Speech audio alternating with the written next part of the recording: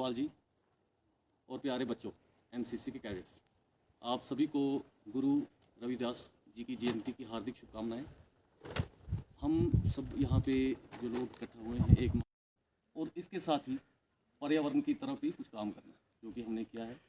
हमने plantation drive चलाई जिसमें हमने कुछ पौधे नए लगाए हैं, कई पौधों का जीर्णोद्धार किया है।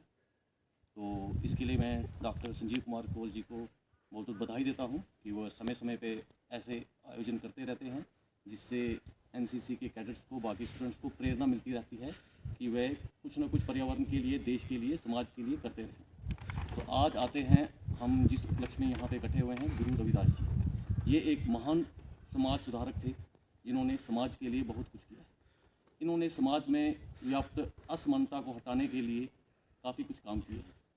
इनकी एक मशहूर कहावत थी कि मन चंगा कटौती में गंगा, कि अगर आपका मन साफ है तो आपके पास में ही गंगा है, आपको गंगा के दर्शन करने के लिए दूर जाने की ज़रूरत नहीं है। ठीक है। तो पेशे से गुरु रविदास जी बूट बनाने का काम करते थे। ठीक है। तो एक बार की बात है, ये अपने जहाँ इनका स्थान था वहाँ अपने घर के पास अपना काम कर रहे थे, बूट बनाने का काम कर रहे थे। वहाँ से कुछ लोग जा रहे थे गंगा। तो उन्होंने गुरु रविदास जी को कहा कि चलो आज अच्छा समय है, आप ही चलो माँ गंगा के दर्शन कराते। तो गुरु रविदास जी ने कहा कि मैं अभी काम में काफ़ी व्यस्त हूँ, मैं खुद नहीं जा सकता, तुम ये मेरी तरफ से एक आना। उन्होंने एक आना दिया उन लोगों को कि मेरी तरफ से गंगा में चढ़ा देना। तो श्रद्धा से एक आना भी बहुत था। वो लोग गए, उन्होंने अपनी श्रद्धा से जो चढ़ाना था चढ़ाया। तो उन्होंने गुरु रविदास जी का एक आना चढ़ाने के लिए गंगा में निकाला। तो हुआ क्या कि खुद गंगा माई का हाथ प्रकट हो गया। उन्होंने अपने हाथों से वो एक आना लिया।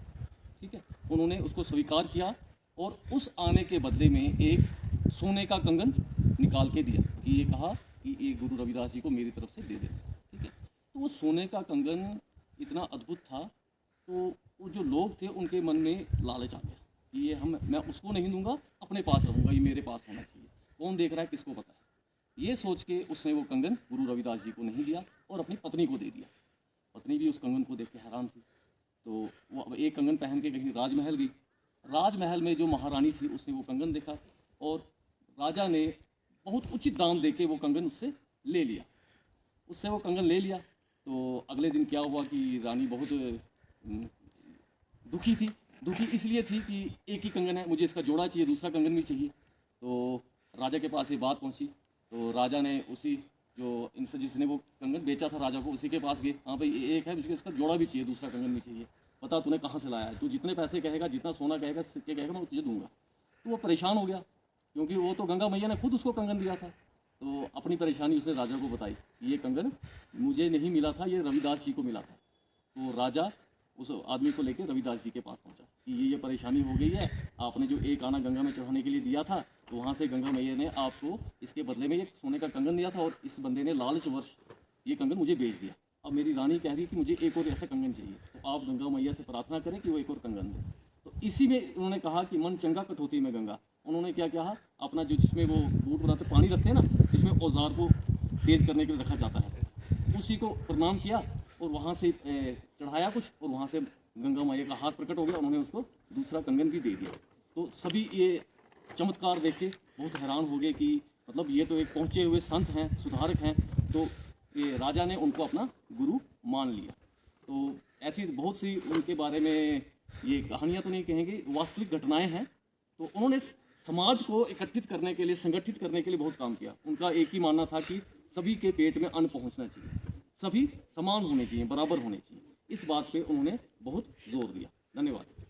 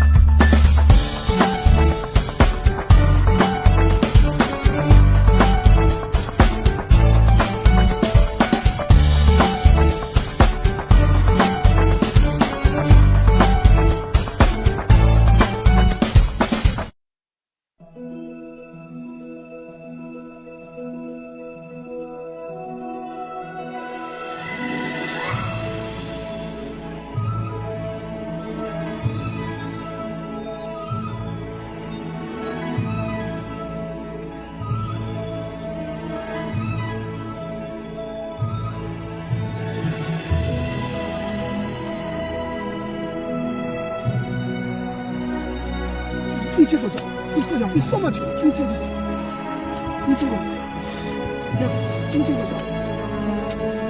देखो ईट्स वगैरह साथ में लगी है, इसको निकालो। ये घास को जाओ, इसको जाओ पलट, समझ आई? एक जने इसका घास निकाले भाई,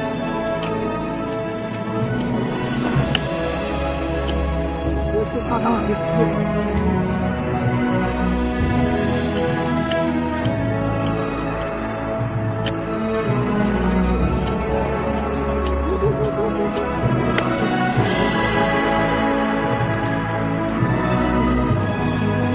हमेशा इस तरह से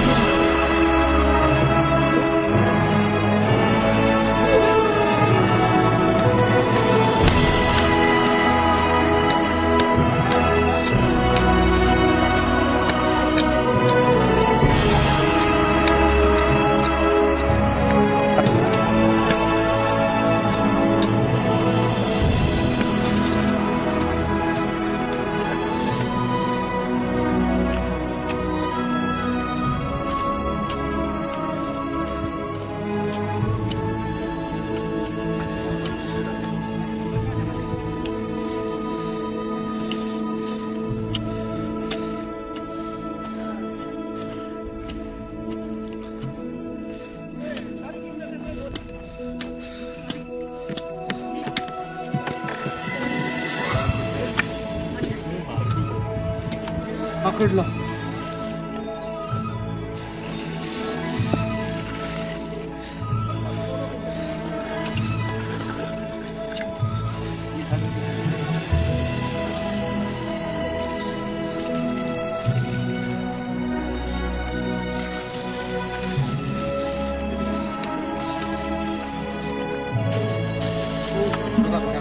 होय चल